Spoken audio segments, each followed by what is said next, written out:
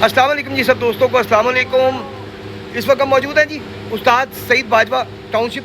यहाँ पर एक चैम्पियनशिप उड़ रही है और उसमें ये छत ने हिस्सा लिया हुआ है। यहाँ से हम शौक दिखाएंगे सारा दिन।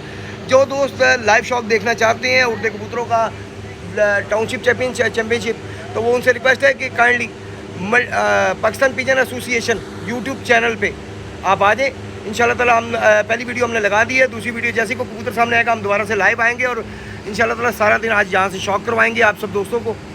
जिन दोस्तों ने सब्सक्राइब नहीं किया चैनल, उनसे रिक्वेस्ट है काइंडली चैनल को सब्सक्राइब करें ताकि आपकी सपोर्ट हमारे साथ हो और हम इस पर मज़ीद वर्किंग कर सकें। और सब दोस्तों से रिक्वेस्ट है कि काइंडली जो भी वीडियो हम लगाते हैं उसे शेयर किया करें अपने दोस्तों के साथ, ताकि मैक्सिमम शेयरिंग से ये होगा, मैक्सिमम जो होगी सब्सक्रिप्शन होगी उससे हमें फ़ायदा होगा और हम इस पर काम मज़ीद करने के काबिल होंगे।